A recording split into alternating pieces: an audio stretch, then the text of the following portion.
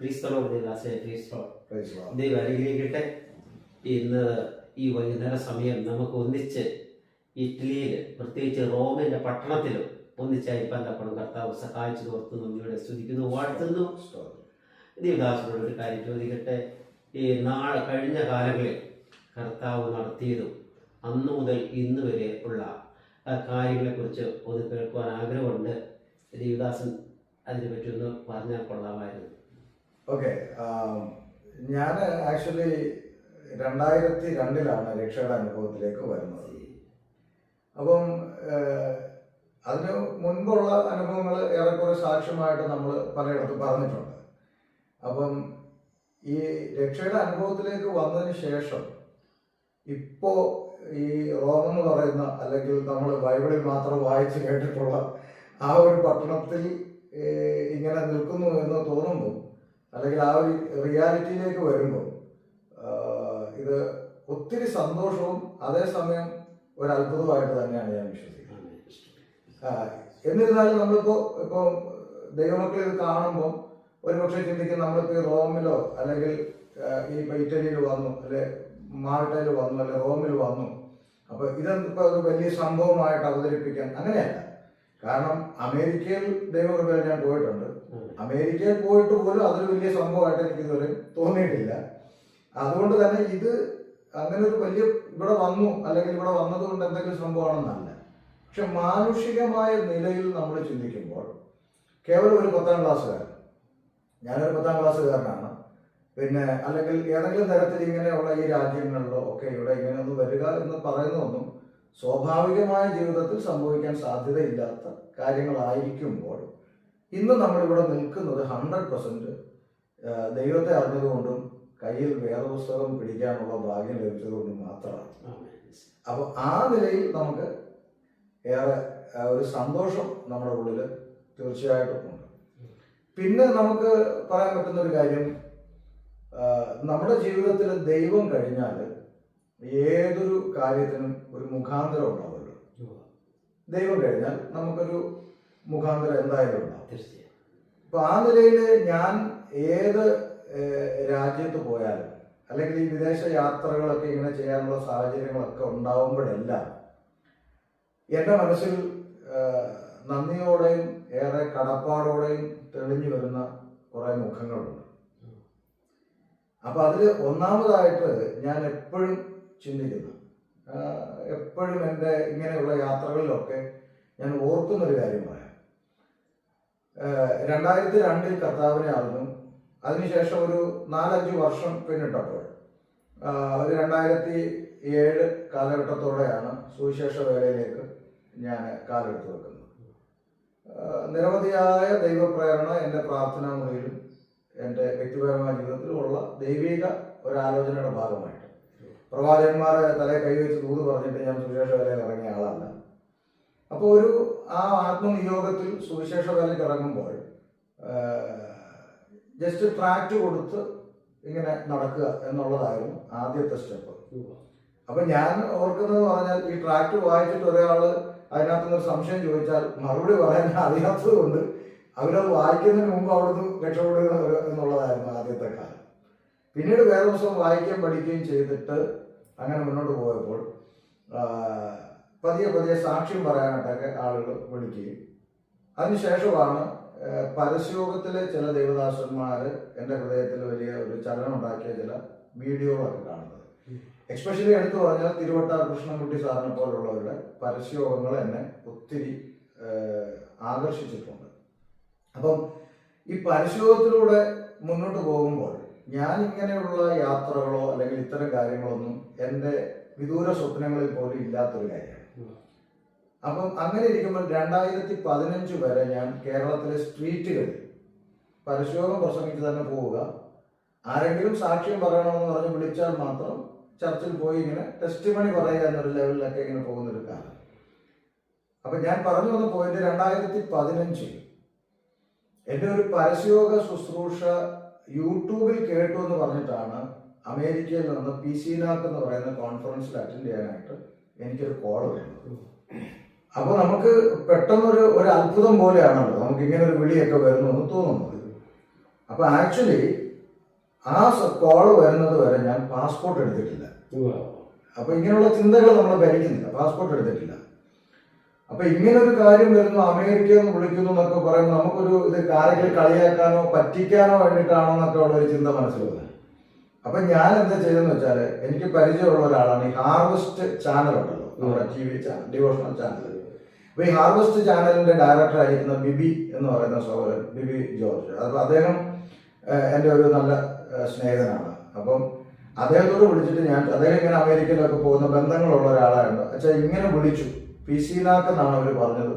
അപ്പൊ അങ്ങനെ ഒരെണ്ണം ഉണ്ടോ, ഉള്ളതാണ്, ഇത് എന്താ സംഗതി എന്നൊന്നും എനിക്കറിയത്തില്ല. അപ്പൊ ഞാൻ ചോദിക്കുമ്പോൾ എന്നോട് പറയുന്നു, പാസ്റ്റർ അതൊരു നല്ല സാധ്യതയാണ്, അതൊരു ദൈവത്തിന്റെ പദ്ധതി ആയിരിക്കാം, അപ്പൊ പാസ്റ്റർ പോകണം എന്ന് ഞാൻ പറയുമ്പോൾ ഞാൻ പറഞ്ഞു എനിക്ക് പാസ്പോർട്ട് ഇല്ല എന്ന് പറയുന്നു. അയ്യോ പാസ്പോർട്ട് എടുത്തിട്ടില്ല, ഇല്ല എന്ന് പറയും. അതിപ്പോ എമർജൻസി ആയിട്ട് എടുക്കണമെന്ന് പറഞ്ഞൊരു ഓപ്ഷൻ ഉണ്ട്, അങ്ങനെ അപ്ലൈ ചെയ്താൽ ഇച്ചിരി പൈസ കൂടുതൽ അടയ്ക്കണം. അപ്പൊ ആ സമയത്ത് എന്ന് പറയുമ്പോൾ ഒരു 4000, 4500, 5000 രൂപയ്ക്ക് അകത്ത് അടച്ചാൽ 3 ഡേയ്സിൽ കിട്ടുന്ന ഒരു ഓപ്ഷൻ ഉണ്ട് എന്ന്. വാസ്തവത്തിൽ ഞാനിത് എൻ്റെ ഒരു പ്രസംഗങ്ങളിലും പറഞ്ഞിട്ടില്ല. അപ്പം വാസ്തവത്തിൽ എൻ്റെ കയ്യിൽ പാസ്പോർട്ട് എടുക്കാൻ പൈസയില്ല, അതാണ് അന്നേരത്തെ അവസ്ഥ.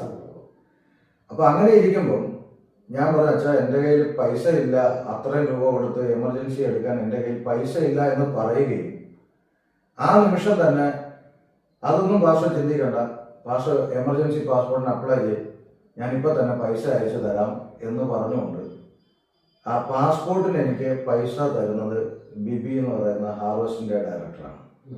അപ്പം ആ ഒരു തുടക്കത്തിൽ നിന്ന് അവിടെ നിന്ന് ആ പാസ്പോർട്ട് എടുക്കാൻ കഴിഞ്ഞതുകൊണ്ടും മാത്രമാണ് ഞാൻ ഇന്നിപ്പോ ഇവിടെ വരെയുള്ള എല്ലാ യാത്രകളും സാധ്യമായത്. അപ്പം ദൈവം, ഞാൻ പറഞ്ഞ ദൈവം കഴിഞ്ഞാൽ നമ്മളെപ്പോഴും നമുക്കൊരിക്കലും മറക്കാൻ പറ്റാത്ത ഒത്തിരി മുഖങ്ങൾ നമ്മുടെ ജീവിതത്തിലുണ്ട്. അതിൽ ഒന്ന് ഞാനിപ്പോൾ പറഞ്ഞതേ ഉള്ളൂ. പിന്നീടുള്ള ദിവസങ്ങളിൽ ഞാൻ കടപ്പെട്ട മുഖങ്ങൾ എന്ന പേരിൽ ഓരോരുത്തരെ പരിചയപ്പെടുത്താം. അപ്പൊ ഇത് പറയുമ്പോൾ ഞാൻ നന്ദിയോടെ എപ്പോഴും എവിടെ പോയാലും ഓർക്കുന്നത്, അന്ന് ഒന്നുമില്ലാതെ നിന്ന തെരുവിൽ നിന്ന് എൻ്റെ അടുത്ത് പാസ്പോർട്ട് എടുക്കാൻ ആ ബിബി സഹോദരൻ അന്ന് കാണിച്ച ആ ഒരു സ്നേഹവും ആ കൂട്ടായ്മയുമാണ് ഒരു പരിധിവരെ യാത്രകൾക്കെല്ലാം മുഖാന്തരമായത്. അത് ഞാൻ സന്തോഷത്തോടെ ഓർക്കുന്ന ഒരു കാര്യം. പിന്നെ ഒരു കാര്യം, ദേവദാസിന്റെ വിശ്വാസ ജീവിതത്തിൽ തിക്താനുഭവങ്ങൾ ഉണ്ടെങ്കിൽ ഒന്ന് പറയാമോ? തിക്താനുഭവങ്ങൾ ഓർത്താൽ ഒരുപാട് തിക്താനുഭവങ്ങൾ ഉണ്ടായിട്ടുണ്ട്. പക്ഷെ ആ തിക്താനുഭവങ്ങളെല്ലാം എൻ്റെ വിശ്വാസ ജീവിതത്തിൽ എനിക്ക് പിന്നത്തേതിലൊരു റീചാർജ് ആയിരുന്നു. പക്ഷെ അങ്ങനെ എടുത്ത് ചോദിക്കുമ്പോൾ എപ്പോഴും എവിടൊക്കെയോ ഒരു നോവായിട്ട് എൻ്റെ മനസ്സിൽ ഏറ്റവും കൂടുതൽ ഹൃദയത്തെ വേദനിപ്പിച്ച ഒരു കാര്യം പറയാം. സുവിശേഷ വേല എന്ന് പറഞ്ഞിട്ട് ഞാൻ ഈ ട്രാക്ട് കൊടുത്ത് നടക്കുമ്പോൾ ബൈബിൾ കോളേജിൽ പോയി പഠിക്കാൻ അന്നത്തെ സാഹചര്യം അനുവദിക്കുന്നില്ല. കാരണം ബാപ്പ ഉപേക്ഷിച്ചു പോയി, ഉമ്മ പെങ്ങന്മാര് എൻ്റെ ഒരു ചുമതലയിൽ. അപ്പോൾ നമുക്കൊരു വരുമാനം വേണം, ഞാനും കൂടെ പഠിക്കാൻ പോയി നിന്ന് പട്ടിണിയാകുമെന്ന് പറയുന്ന ഒരു സിറ്റുവേഷൻ. അപ്പൊ ഈ ട്രാക്ട് കൊടുത്തൊക്കെ നടക്കുമ്പോൾ വഴി കാണുന്ന ഏതെങ്കിലും പെന്തക്കോസുകാര് നമുക്ക് കൈ മുടക്കി എന്തെങ്കിലും ഒക്കെ വെച്ച് തരും. ദൈവം ആർക്കും കടക്കാരനല്ലാത്തത് കൊണ്ട് കർത്താവിന്റെ വേല അങ്ങനെ ചെയ്യുന്നു, ദൈവം അങ്ങനെ പോറ്റുന്നു. ആ ഒരു കാലമായിരുന്നു. അപ്പൊ ആ സമയത്താണ് എന്നോട് ഒരു ദൈവദാസൻ പറഞ്ഞത്, ഇപ്പം ബൈബിൾ കോളേജിൽ പോകാൻ പറ്റിയില്ലെങ്കിലും വേണ്ടില്ല, ഏതെങ്കിലും ഒരു പാസ്റ്ററിന്റെ കൂടെ, മീൻസ് അസോസിയേറ്റ് പാസ്റ്ററായിട്ട് നിന്ന് ശുശ്രൂഷ രീതികൾ എങ്ങനെയൊക്കെയാണെന്ന് പഠിച്ച് ഒരു പഠനം എന്തായാലും വേണം, ഒരു പാസ്റ്റർ കൂടെ നിന്ന് പഠിക്കാം എന്ന നിലയിലാണ് ഞാൻ ഒരു ദേവദാസിന്റെ അസോസിയേറ്റ് പാസ്റ്റർ ആകാൻ തിരുവനന്തപുരത്ത് പോകുന്നത്. തൽക്കാലം ഞാൻ തിരുവനന്തപുരം എന്ന പട്ടണം മാത്രമേ പറയുന്നുള്ളൂ, അതർവൈസ് ഉള്ള ഡീറ്റെയിൽസ് ഒന്നും ഞാൻ പറയുന്നില്ല. അവിടെ ഒരു അറിയപ്പെടുന്ന ഒരു നല്ലൊരു ചർച്ചിന്റെ അസോസിയേറ്റ് പാസ്റ്റർ എന്ന നിലയിൽ എന്നെ അവിടെ കൊണ്ടാക്കുന്നു. അപ്പൊ അവര് തന്നെ എടുത്തു തന്നൊരു വീട്ടിൽ ഞങ്ങൾ താമസിക്കുന്നു. അപ്പം ആ താമസത്തിനിടയിൽ എന്റെ മനസ്സിലെ ചിന്ത, ഈ അസോസിയേറ്റ് പാസ്റ്റർ എന്ന് പറയുമ്പോൾ കുറഞ്ഞ പക്ഷം വെള്ളിയാഴ്ചത്തെ പ്രാർത്ഥനയിലെങ്കിലും 5-10 മിനിറ്റ് ഒരു പ്രബോധനത്തിന് എനിക്ക് തരുമായിരിക്കും എന്നാണ് ഞാൻ എന്റെ മനസ്സിലെ ചിന്ത. അപ്പം എനിക്ക് അവിടെ കിട്ടിയ റോളെന്ന് പറയുന്നത് വാസ്തവത്തിൽ രാവിലെ ചെന്ന് കസേര ഇടണം, ഫ്രണ്ടിലെ പാവിരിക്കണം, പിന്നെ എല്ലാം ക്ലീൻ ചെയ്യണം, പിന്നെ ടാങ്കിൽ വെള്ളം നിറയ്ക്കണം. അപ്പൊ ഇങ്ങനെ കുറെ ജോലികളുണ്ട്. അപ്പൊ ഇതൊക്കെയായിരുന്നു എന്റെ ജോലി. അപ്പം ഞാൻ അതിനെ പോസിറ്റീവായിട്ട് എടുത്തിട്ടുള്ളത്. അതൊന്നും ഞാൻ കുറ്റമായി പറഞ്ഞില്ല. കാരണം ചർച്ചിന്റെ ടോയ്ലറ്റ് ക്ലീൻ ചെയ്താൽ അതും ശുശ്രൂഷയാണെന്ന് വിശ്വസിക്കാനും പഠിപ്പിക്കാനുമാണ് എനിക്കിഷ്ടം. കർത്താവിന്റെ വേലയുടെ ഭാഗമാണ്. ഒരു ഗ്ലാസ് വെള്ളം കൊടുത്താൽ പോലും. അപ്പൊ അതെല്ലാം ഞാനത് ചെയ്തു പോന്നു.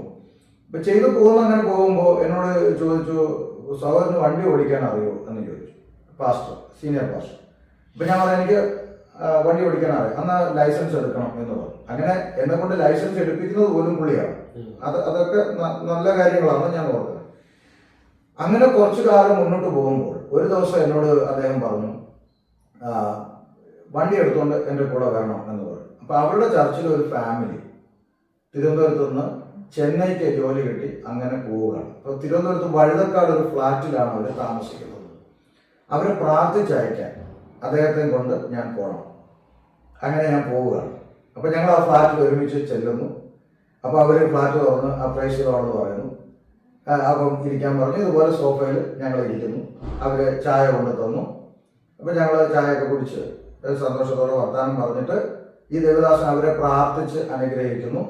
എന്നിട്ട് താഴെ ഞങ്ങൾ പാർക്കിങ്ങിലോട്ട് നടക്കുകയാണ്. അപ്പൊ നടക്കുമ്പോൾ ഈ ദേവദാസൻ എൻ്റെ അടുത്ത് പറഞ്ഞു, ബ്രദറെ ഞാനൊരു കാര്യം പറയാം, ഒന്ന് ശ്രദ്ധിച്ചോളാം. അപ്പൊ ഞാനിങ്ങനെ എന്താ പാസ്റ്റർ പറഞ്ഞിട്ടെന്ന് പറയും.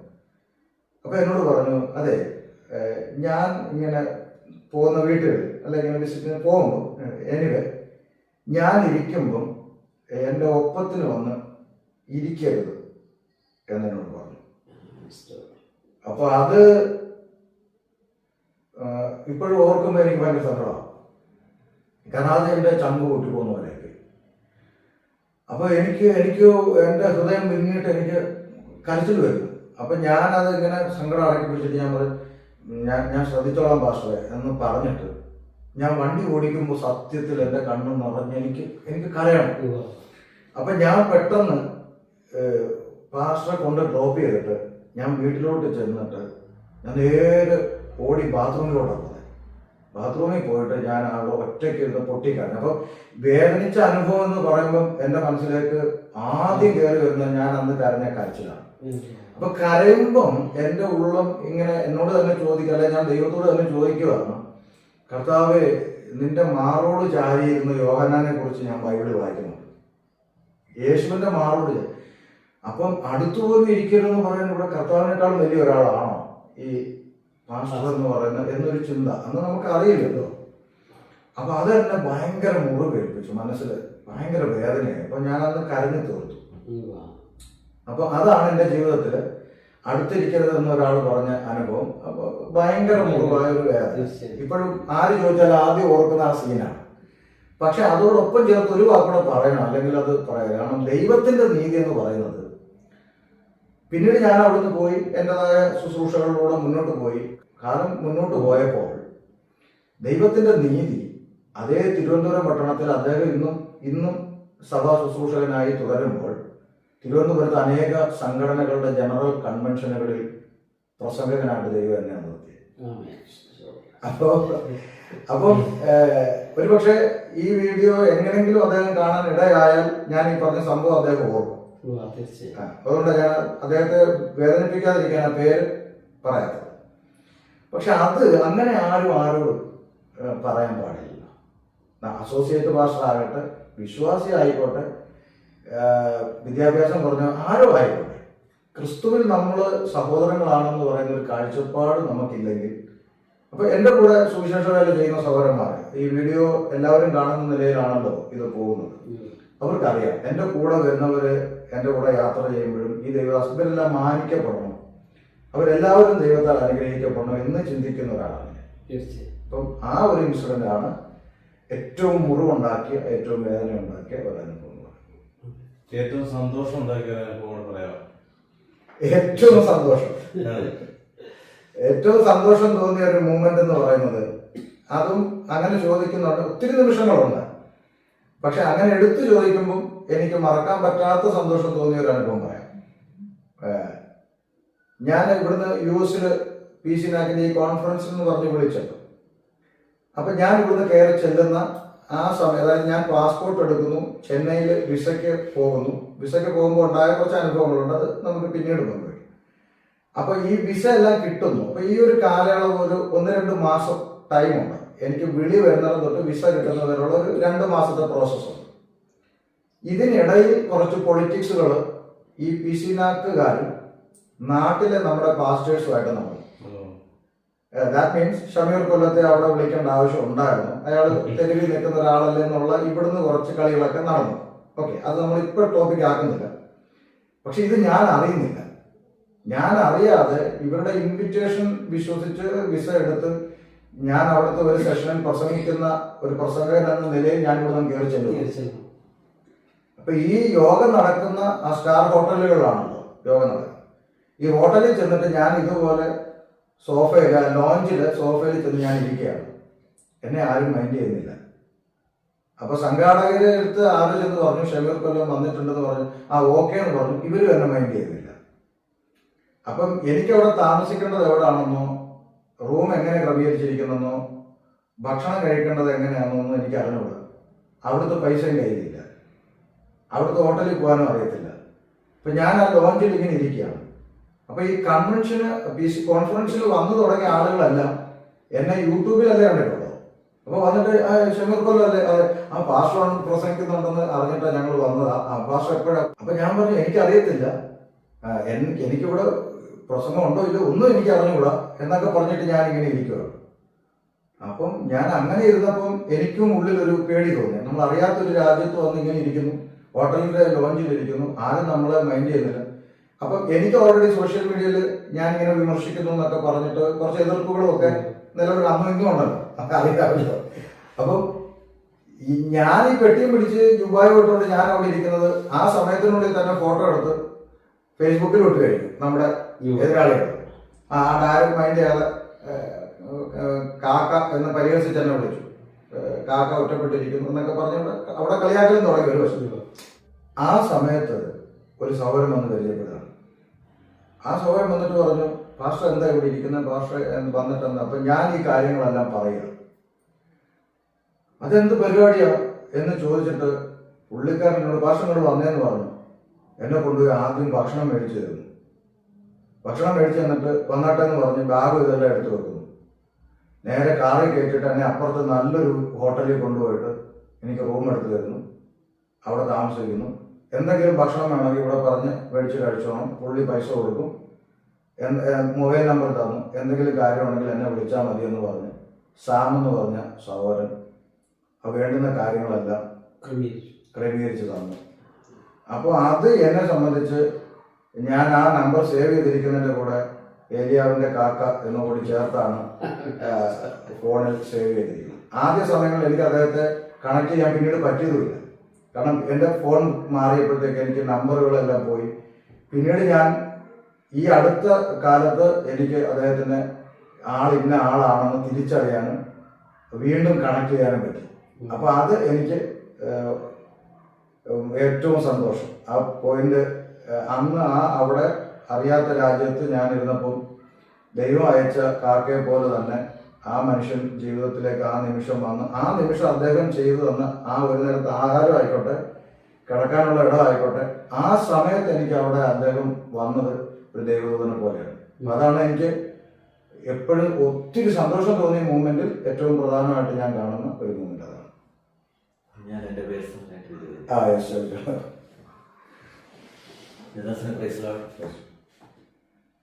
ദേവദാസൻ ഇന്നലെ ഉച്ചയ്ക്ക് അപ്പോസ്തലനായ പൗലോസിനെ റോമിലേക്ക് വിസ്തരിക്കാൻ കൊണ്ടുപോയപ്പോൾ കപ്പൽ ഛേദം സംഭവിച്ച മെലീത്ത എന്ന ദ്വീപിൽ ഇന്നലെ ഉച്ചയ്ക്ക് കുടുംബമായിട്ട് എത്തിച്ചേരുവാൻ ദൈവം കൃപ ചെയ്തു.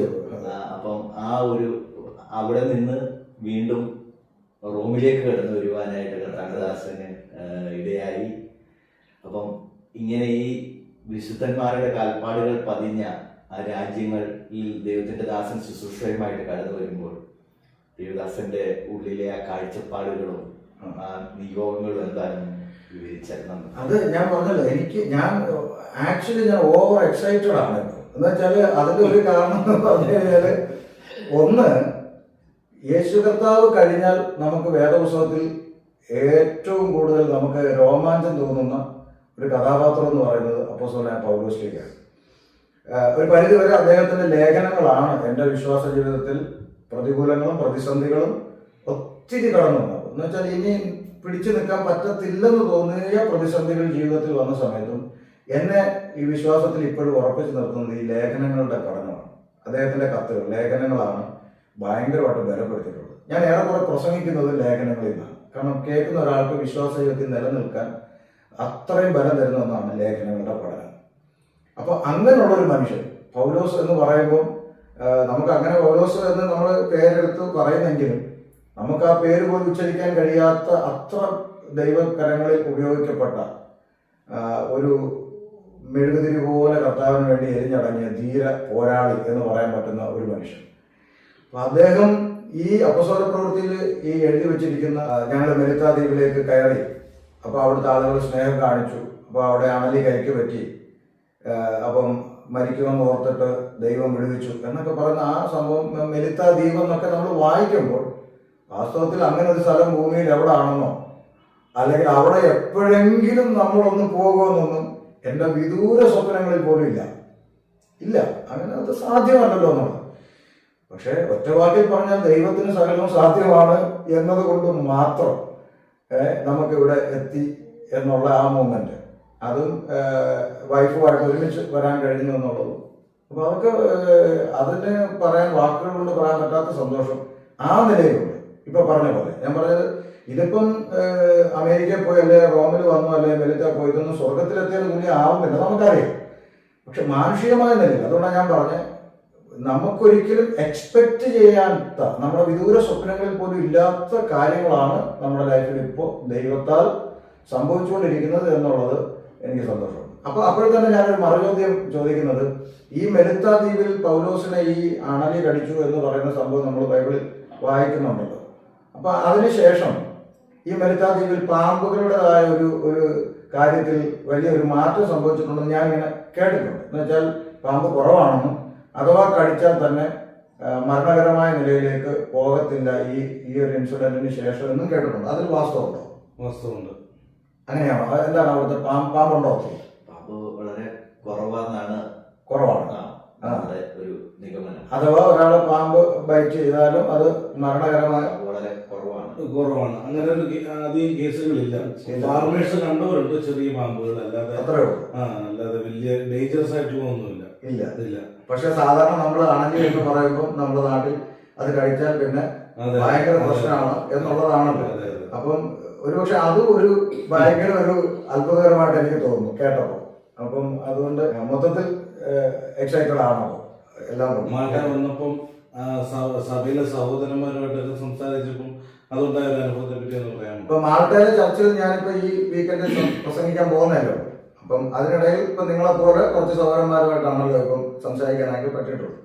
അപ്പൊ അതിൽ സംസാരിച്ചിടത്തോളം മനസ്സിലായ ഒരു കാര്യം എന്ന് പറഞ്ഞാൽ, ഈ ആത്മീയ കാര്യങ്ങൾക്ക് അല്ലെങ്കിൽ ഈ ഇത്തരം ആത്മീയ കാര്യങ്ങൾക്ക് വളരെ താല്പര്യമുള്ള, അപ്പം ആ ഒരു കുറെ യൂത്തിനെ നമുക്ക് കാണാൻ കഴിഞ്ഞു എന്നുള്ളത് പ്രാരംഭത്തിൽ വിലയിരുത്താൻ പറ്റിയ ഒരു കാര്യമായിട്ട് തോന്നുന്നു.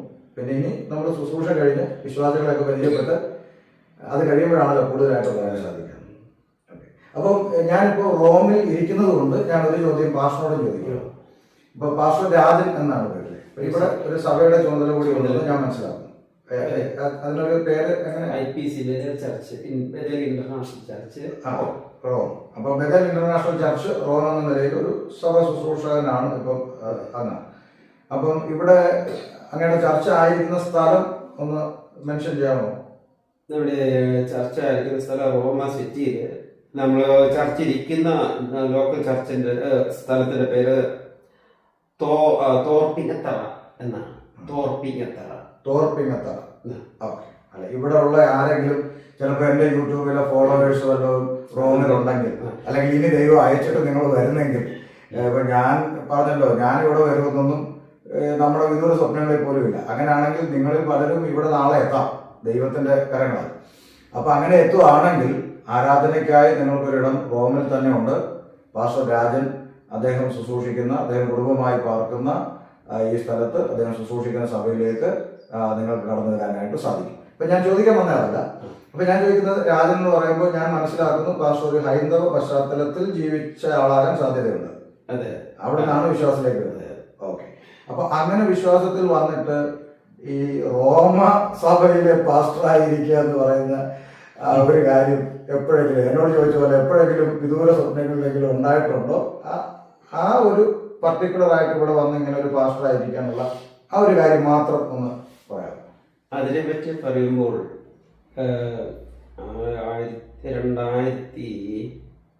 2008 വൈഫ് ഇവിടെ ഇച്ചിരി റൂമിൽ കടന്നു വരുന്നു. അന്ന് മുതൽ വൈഫ് ഓൺലൈനിൽ പ്രാർത്ഥന ഉണ്ടായിരുന്നു. പ്രിയപ്പെട്ടവളാണ് അത് തുടങ്ങിയത് ഓൺലൈനിൽ. അപ്പൊ അന്ന് നമ്മുടെ ഈ സാധാരണ ഈ കട്ടഫോൺ മാത്രമേ ഉള്ളൂ. ആ കട്ടഫോൺ വെച്ചോണ്ട് ആദ്യം വേറൊരു സഹോദരി ഷെർലി എന്ന് പറഞ്ഞ സഹോദരി, പ്രിയ സഹോദരി, എന്റെ വൈഫാണ് എന്ന് പറയുമ്പോൾ ഒരു ക്ലാരിറ്റി വരാൻ വേണ്ടി പറയുന്നത് ഓഡിയോ കോൾ പ്രാർത്ഥന, അല്ലെങ്കിൽ അങ്ങനെ വെക്കുന്ന ഫോണിനകത്ത് എങ്ങനെ ഓൺലൈൻ പ്രാർത്ഥന നടത്തുന്നില്ല, അതായത് ഫോണിൽ ഓഡിയോ കോൾ പ്രാർത്ഥന. അത് കഴിഞ്ഞ് രണ്ടുപേരായപ്പോ ഒരു ഫോണിൽ മേടിച്ചു. അന്ന് വാട്സപ്പ് ഒന്നും ഇല്ല. പിന്നെ ആള് കൂടി ഇപ്പോ വേറെ ഫോൺ മേടിച്ചു. ഇങ്ങനെ നിരത്തി വെച്ചിട്ട് ഒരു 8 ഫോൺ കട്ട ഫോൺ മേടിച്ച് 8 പേര് അങ്ങനെ പ്രാർത്ഥന ആരംഭിച്ചു. അമ്മാരെ ഇവിടെ റോമില് ചർച്ച ഉണ്ട്, ഒരു ഇൻഡിപെൻഡന്റ് ചർച്ച ഉണ്ട്. അപ്പോ ഇവിടുത്തെ ജോലി മുഖാന്തരം അവർക്ക് ഞായറാഴ്ച ദിവസങ്ങളിൽ ഇറങ്ങാൻ പറ്റാത്തൊരവസ്ഥകളൊക്കെ ഉണ്ട്. ഇവിടുത്തെ ജോലികളൊക്കെ അങ്ങനത്തെ ആയിരുന്നു ആദ്യ കാലങ്ങളിൽ. അപ്പൊ പ്രാർത്ഥന കൂട്ടാൻ ഇങ്ങനെ നൈറ്റ് പ്രെയർ ആയിട്ടായിരുന്നു തുടങ്ങിയത്. അപ്പൊ അങ്ങനെ തുടങ്ങി ആരംഭിച്ചു. അപ്പോൾ ഓരോ നാട്ടിൽ നിന്ന് ഓരോ ദേവദാസന്മാരൊക്കെ ഇതറിഞ്ഞ് പ്രാർത്ഥിക്കുമ്പോൾ വൈഫിനോട് പറയും, നിങ്ങളുടെ മുഖാന്തരമാണ് ഇവിടെ ഒരു ചർച്ച ഉണ്ടാവുള്ളൂ, മറ്റാരൊക്കെ ഉണ്ടായാലും സ്ഥിരമായിട്ടുള്ള ഒരു ചർച്ച നിങ്ങൾക്ക് ഇവിടെ റോമിലുണ്ടെങ്കിൽ നിങ്ങളുടെ മുഖാന്തരം ഉണ്ടാവുള്ളൂ. അങ്ങനെ ഒരു ദൈവത്തിന്റെ ഒരു വാഗ്ദത്തത്തിന്റെ ഒരു അടിസ്ഥാനത്തിലാണ് ഇന്ന് ഈ സഭയിലെ ആയിരിക്കുന്നത്. അപ്പോ പാസ്റ്ററെ ഞാൻ ചോദിച്ചതിനകത്ത് ഒരു പോയിന്റ് കൂടെ ഉള്ളത്, പാസ്റ്റർ ബാക്ക്ഗ്രൗണ്ട് ഹിന്ദു ബാക്ക്ഗ്രൗണ്ടിൽ നിന്ന് പാസ്റ്റർ വിശ്വാസത്തിലേക്ക് വരുമ്പോഴും ആ വന്ന സമയത്ത് നമ്മുടെ ആളുകളെല്ലാം കാണുന്നൊരു വ്യൂ ഉണ്ട്. ആ വ്യൂവിൽ നിന്ന് പാസ്റ്ററിന് ഇവിടുത്തെ റോമില് ഒരു ചർച്ചിലെ പാസ്റ്റർ ആയിരിക്കുമ്പോൾ ആ വ്യത്യാസം അവര് എങ്ങനെയായിരിക്കും കാണുന്നത്?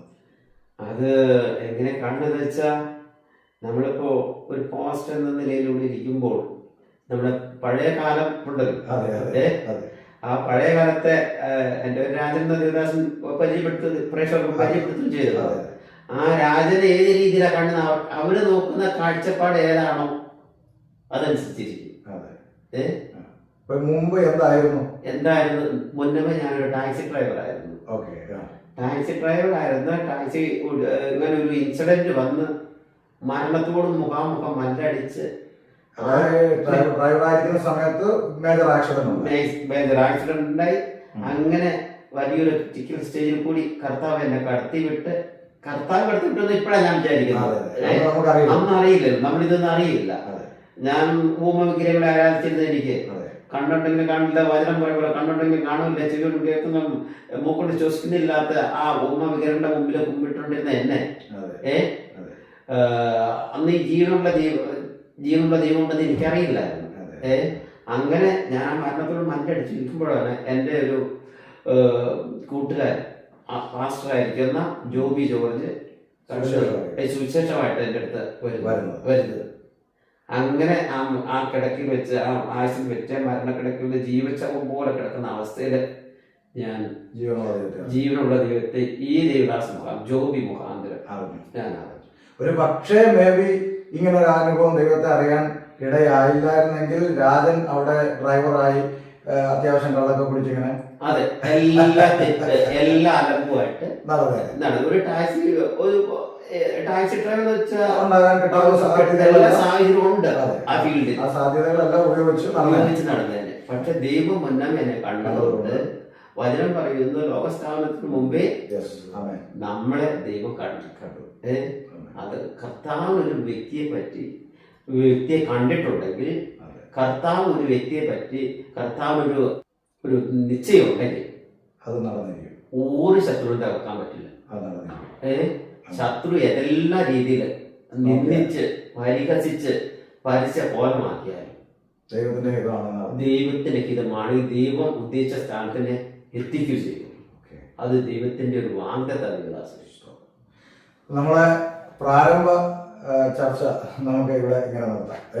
അപ്പം ഒരു കാര്യത്തിൽ നമുക്ക് സന്തോഷമുള്ളത്, ഈ പറഞ്ഞ പോലെ ഒരു ഹൈന്ദവ പാരമ്പര്യത്തിൽ വളർന്ന രാജൻ, ഇസ്ലാമിക പാരമ്പര്യത്തിൽ വളർന്ന ഷമീർ, ഞാൻ പണ്ടേ ക്രിസ്ത്യാനിയാണെന്ന് പറയുന്ന ആളുകളുടെ കൂട്ടത്തിൽ നിന്ന് ഒരു റോണി, ഒരു പോള്. അപ്പോൾ നമ്മളിപ്പം ഒരുമിച്ചിരുന്ന് ഒരു ദൈവത്തെ ആരാധിക്കുന്ന ഒരു മഹത്വകരമായ അനുഭവത്തിലേക്ക് കടന്നു വരുന്നു. എത്ര അത്ഭുതകരമാണ് ദൈവത്തിന്റെ വഴികളെന്ന് ഓർമ്മ. അപ്പം അങ്ങനെ എനിക്കും ഇവിടെ നിങ്ങളോടൊപ്പം പങ്കാളിയാകാനും അല്പസമയം നമുക്ക് ഒരുമിച്ചിരിക്കാനും ലഭിച്ച നല്ല അവസരത്തെ ഓർത്ത് ദൈവത്തെ സ്തുതിക്കുന്നു. ഒരു കാര്യം എനിക്ക് ചോദിച്ചോട്ടെ, ഇവിടെ എന്തെങ്കിലും പ്രോഗ്രാമുകളോ വല്ലതും പ്രേക്ഷകർക്ക് വരാനോ അങ്ങനെ പരസ്യങ്ങളോ വല്ലതും ക്രമീകരിക്കുന്നുണ്ടോ? ഇപ്പൊ നമ്മള് ഈ വരവിൽ 8 ദിവസത്തെ ഒരു വിസയായിട്ടാണ് ഞാനിവിടെ ഇപ്പം ഇപ്രാവശ്യം വന്നിരിക്കുന്നത്. പ്രാരംഭത്തിലായതുകൊണ്ട് 8 ദിവസത്തേ ഉള്ളൂ. അപ്പൊ നമുക്ക് ഈ ദിവസത്തിൽ ഈ വരുന്ന 12, 13, 14 ഡിസംബർ മാസം, ഈ മാസം 12, 13, 14, ദാറ്റ് മീൻസ് ഈ വരുന്ന വെള്ളി, ശനി, ഞായർ, അങ്ങനെ 3 ദിവസങ്ങളിലായിട്ടാണ് മാൾട്ട ചർച്ചിൽ ഈ യോഗം ക്രമീകരിക്കപ്പെട്ടിരിക്കുന്നത്. അപ്പം ചർച്ചിന്റെ പേര് faith Malta faith Pentecostal church international എന്ന നിലയിൽ ആ ചർച്ചിൽ ക്രമീകരിക്കപ്പെട്ടിരിക്കുന്ന യോഗത്തിലാണ് ഈ പറഞ്ഞ 3 ദിവസം പ്രസംഗിക്കാനായിട്ട് ക്ഷണിച്ചിരിക്കുന്നത്. അപ്പം അതനുസരിച്ച് മാൾട്ടയിൽ വരാൻ സാധ്യതയുള്ള എല്ലാവർക്കും, ഇറ്റലിയിൽ നിന്നും വരാം, പോളണ്ടിൽ നിന്നും വരാം, ജർമ്മനിയിൽ നിന്നും വരാം. അപ്പോൾ അവിടെ വരാൻ പറ്റുന്നവർക്കും മാൾട്ടയിലുള്ളവർക്കും നമുക്ക് ഒരുമിച്ച് വചനം ധ്യാനിക്കാനും വചനം പഠിക്കാനും പ്രസംഗം കേൾക്കാനൊക്കെ ഉള്ള അവസരം ഈ വീക്കെൻഡിലുണ്ട്. ദെൻ ദൈവം അനുവദിച്ചാൽ അതിനുശേഷം നാട്ടിൽ നമുക്ക് ചില പരസ്യങ്ങളും കൺവെൻഷനുകളും ഒന്നും നടത്താൻ പറ്റാത്ത ക്ലൈമറ്റുകളുള്ള സാഹചര്യങ്ങളുള്ള മാസങ്ങളുണ്ടല്ലോ. ഉദാഹരണത്തിന് ഇപ്പോൾ മാർച്ച് മാസം SSLC പരീക്ഷയായതുകൊണ്ട് നമുക്ക് മൈക്ക് സാങ്ഷൻ ഒന്നും കിട്ടാതെ നമ്മൾ സ്വാഭാവികമായിട്ടും ദേവാസന്മാർ ചുമ്മാ ഇരിക്കുന്ന ഒരു ഡേറ്റ് ആയിരിക്കും മാർച്ച്. അതുപോലെ തന്നെ പിന്നെ നല്ല മഴക്കാലം, അങ്ങനെയൊക്കെ വരുന്ന സമയങ്ങളിൽ നമുക്ക് പറ്റാത്ത സമയങ്ങളിൽ ദൈവം അനുവദിച്ച ദൈവഹിതമായ നമുക്ക് ഇനി കടന്നു വരുമ്പം മറ്റുള്ള സ്ഥലങ്ങളിലേക്കുണ്ട്. ഇപ്പോൾ തന്നെ പലരും കോണ്ടാക്ട് ചെയ്തു, യൂട്യൂബിലൊക്കെ വീഡിയോ കണ്ടിട്ട് ഇപ്പം ജർമ്മനിയിലേക്ക് വരാൻ സാധിക്കുമെങ്കിൽ സൺഡേ മീറ്റിങ്ങിന് പറ്റുന്ന രീതിയിൽ ചെന്നാൽ അവിടെ കിട്ടും. അതുപോലെ തന്നെ നമുക്ക് ഇറ്റലിയിലായാലും മറ്റ് പോളണ്ടിലായാലും ഈ ഷെങ്കൻ കൺട്രിയിൽ എവിടെ ആയിരുന്നാലും നമുക്ക് ആരാധനയ്ക്ക് ഞായറാഴ്ച കൂടി കിട്ടുന്ന രീതിയിൽ നമ്മളൊന്ന് ഫ്രീ ആയി വന്നാൽ മീറ്റിങ്ങുകൾ ക്രമീകരിക്കപ്പെടുവാനായിട്ട് സാധിക്കും. അപ്പോൾ ദൈവഹിതമായ ഇനി ആ ഒരു നിലയിൽ വരുമ്പോൾ എല്ലാ മീറ്റിങ്ങുകളിലും പങ്കെടുക്കാം എന്ന് ആശിക്കുന്നു. അപ്പോൾ മറ്റൊന്നും പ്രത്യേക ഈ ഒരു എപ്പിസോഡിൽ നമുക്ക് പറയാൻ ഒത്തിരി വീഡിയോയുടെ ലെങ്ത് കൂടാതിരിക്കാൻ വേണ്ടി നമുക്ക് തൽക്കാലം ഈ ഒരു ടോക്ക് ഇവിടെ വൈൻഡപ്പ് ചെയ്യാം. ഓക്കെ, അപ്പം ഒരു വാക്കിൽ ചുരുക്കി പ്രാർത്ഥിച്ച് നമുക്ക് ദൈവസാമി പ്രാർത്ഥിച്ചു. ഹല്ലേലൂയ, സ്തോത്രം. പരിശുദ്ധനെ നന്ദിയോടെ സ്തുതിക്കുന്നു, വാഴ്ത്തുന്നു. വളരെ അനുഗ്രഹമേറിയ സമയത്തിനായി നന്ദിയോടെ സ്തുതിക്കുന്നു, വാഴ്ത്തുന്നു. ശ്രേഷ്ഠ ദേവദാസനോട് കർത്താവെ മാട്ടിൽ കടന്നു വന്ന പ്രിയ സഹോദരനോട് ഒരുമിച്ച് അടിയനും എന്ന് ഈ വൈകുന്നേര സമയമായിരിക്കാൻ കർത്താവ് സഹായിച്ചല്ലോ എന്ന് ഈ മീഡിയയിൽ കൂടി ഞങ്ങൾക്ക് വിവിധ കാര്യങ്ങൾ സംസാരിക്കാനും ദൈവദാസനുമായിട്ട് ദൈവ വിഷയങ്ങൾ പങ്കിടുവാനും സ്വർഗം സഹായിച്ച കൃപകൾക്കായി സ്തോത്രം. ഇത് വളരെ വളരെ അനുഗ്രഹമായി തീരുവാൻ, ഇത് കേൾക്കുന്ന അനേകർക്ക് ഒരു ആശ്വാസമായി തീരുവാൻ സ്വർഗം സഹായിക്കുമാറാണ് പ്രാർത്ഥിക്കുന്ന ഹല്ലേലൂയ, സ്തോത്രം. ഇത്രത്തോളം അടികളെ സഹായിച്ചതോർത്ത് നന്ദിയോടെ സ്തുതിക്കുന്നു, വാഴ്ത്തുന്നു. കർത്താവേ, നിന്റെ കൃപയും സാന്നിധ്യവും അടികളോട് കൂടെ ഇന്ന് സഹായിക്കുമാറാണ് പ്രാർത്ഥിക്കുന്നു. എല്ലാ വിഷയങ്ങളും കൂടി സമർപ്പിക്കുന്നു. പ്രാർത്ഥന യേശുവിൻ നാമത്തിൽ തന്നെ. ആമേൻ. Thank you. Okay. God bless you. എല്ലാവരെയും ദൈവം അനുഗ്രഹിക്കട്ടെ.